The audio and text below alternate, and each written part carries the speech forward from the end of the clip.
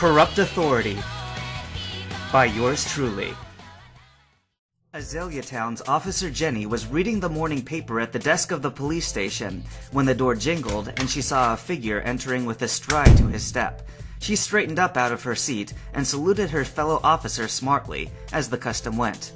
"Good late morning, Jenny," Kenta said with a brief smile, returning the salute. She relaxed and looked him up and down guardedly, putting a hand under her chin. "Good morning. Let's see. Do I know you?" she asked with an eyebrow raised. "I can't explain it, but you look awfully familiar." "Familiar?" Officer Jenny suddenly snapped her fingers, her face brightening. "Aha! I thought I recognized your face. You're Kenta Naina, aren't you?" Kenta tensed, gritting his teeth to keep from giving his shock away. "No! She knows who I am? Have I been found out already?"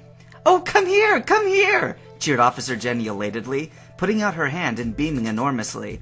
"I had no idea you'd become part of the force, but after the incident 3 years ago, I'm not surprised. Congratulations!"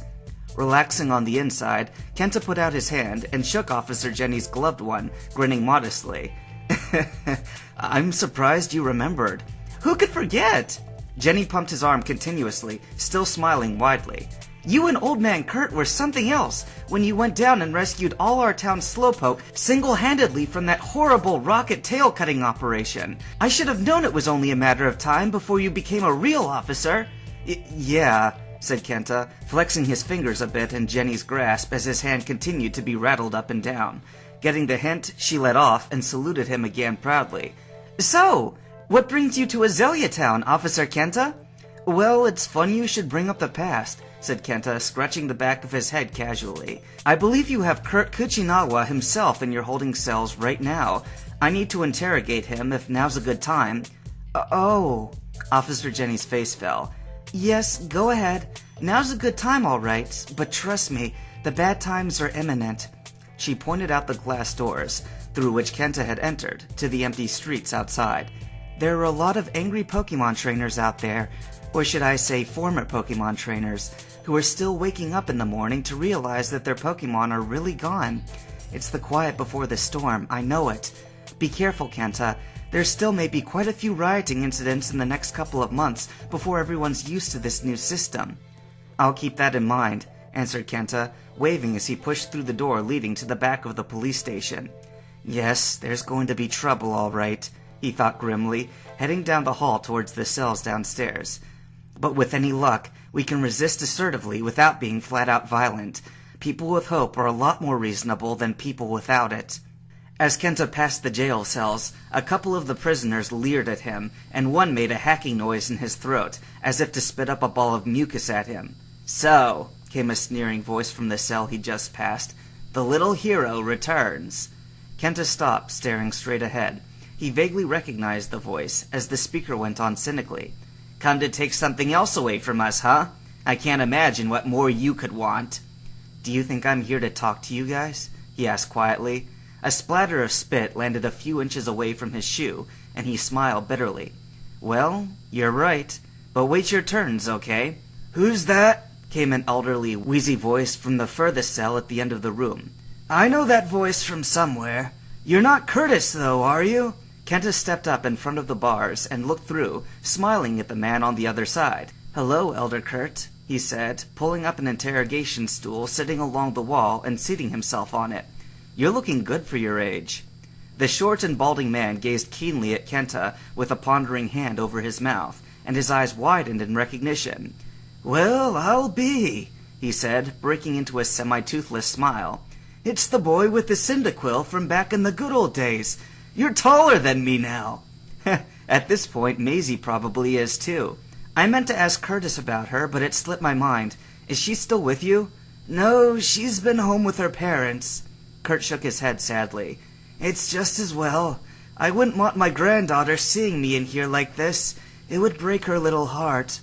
Kenta leaned closer to Kurt's cell and lowered his voice.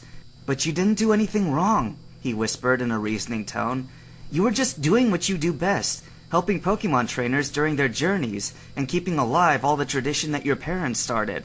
Kurt snorted. "It doesn't matter anymore. The good days are over anyway. It's just as well that I'm confined to this cell. At least I can be ignorant of the outside world, as it is these days.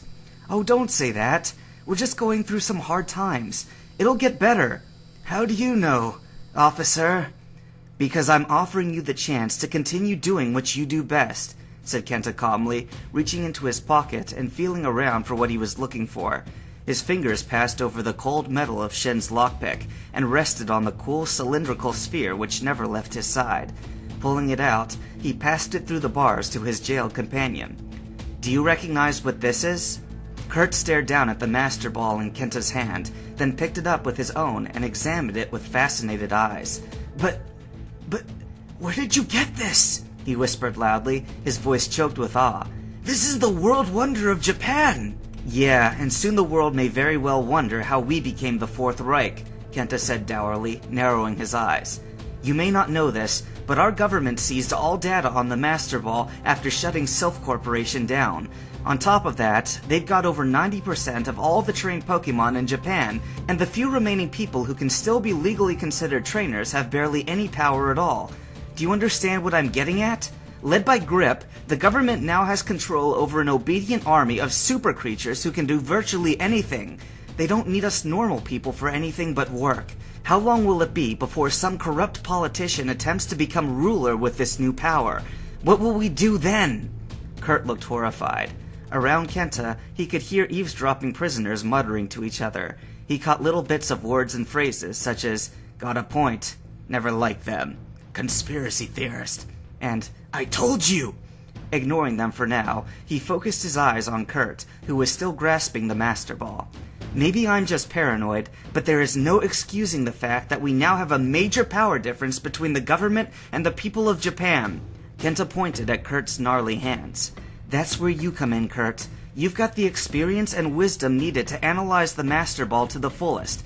I need you, he enunciated his words intently, to duplicate it. Duplicate it, you say? As many times as you can. Kurt shook his head. Even if that were possible, I can't expect to do anything in here.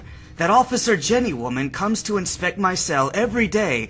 She'll find any new item that I've got. He shook his head a second time, with a defeated expression. I can't even be angry with her. She does seem to feel sorry that I'm in here, after all the years we've known each other in this town. Is that right? Kenta put his hand through the bars of Kurt's cell, a solemn expression on his face. I can free you right here and now, he said seriously, as Kurt looked at him. But afterwards, you'll have to be on your guard like you've never been before in your life.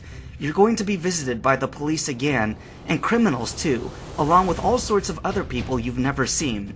And you will have to deal with all of them in the exact right way to avoid being imprisoned again, or worse. Nevertheless, you may be the difference between a free Japan or an enslaved Japan in the near future. Kurt grasped Kenta's hand immediately with both of his own, placing the Master Ball back in his palm. There was a gleam of excitement in his glazed old eyes. Now who do you think I am? He asked gruffly, mirroring Kenta's expression with a wrinkly smile. When trouble arises, I don't hesitate for a moment. Throw your worst at old Kurt and just see what happens. That's the attitude I remember you by. Kenta turned away from Kurt's cell and looked down the prison hallway at the other cells containing offenders of the law. Then I'll be back in a minute to get you out.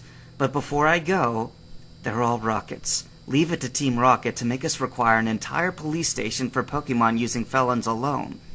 You guys heard everything as I intended you would. Now you know what's going on. What you choose to do with this information is your call. My name is Kenta Naina, and as of this moment, you may consider me your ally. And why should we do that? Came a challenging voice from a cell one spot over from Kurt's. Kenta approached it, feeling a sudden tingle of hope for some reason, and beheld a rather short young man at approximately his own age, glaring at him. You got me arrested back during the Lake of Rage incident, he answered angrily. What reason do I have to trust you? Hey, I remember this guy. He was the short kid whose mask was always slipping off because he couldn't tie it on properly. At the time, he was only 15 years old, and yet he owned a Crobat. That one creature provided to be one of the toughest opponents a rocket has ever thrown at me. You're right. Kenta reached into his pocket and pulled out Shen's lockpick. How can you know if I'm really trustworthy or not? Well, the fact is, you can never be sure. He pointed at the rocket with the butt of his lockpick. What's your name? Yosuke. Shimura Yosuke. Kenta smiled humorlessly. I see. Well then, Yosuke, here's what you can do now. He flipped open the lockpick's blade, pointing it in his own direction. You can stab me right here and now for being a lying troublemaker. Technically speaking, I'm already one anyway. He snapped the knife back in and flicked out the lockpicking device. Or you can wait until the right moment to break out of here. You know these guys better than me, so take the ones you trust with you. He pushed the lockpick through the bars into Yosuke's hands. The latter looked stunned, and Kenta felt a little surprised at himself for what he'd just done. Nevertheless, he kept up his calm act, knowing he couldn't afford to show weakness. He'd rehearsed this scenario already, and now that it had come, he had to pull it off correctly. You'll have no Pokemon once you make it back to the other side, but that can be arranged, Yosuke. Come see Kurt and Curtis in the last house west of the village before Azalea Forest. To show that you're a friend, give them the password, which is... Kenta made sure nobody heard him, and whispered a single word to Yosuke. Moving again to leave, he stopped, nearly forgetting something, and backtracked to Kurt's cell. Sorry, he said, putting his hands together apologetically. I need to catch up with my brother once I've gotten you out, so I'll leave you with this. Once more, he transferred the Master Ball to Kurt, who shoved it into his kimono inner pocket. I should tell you, there's something you should know about that ball.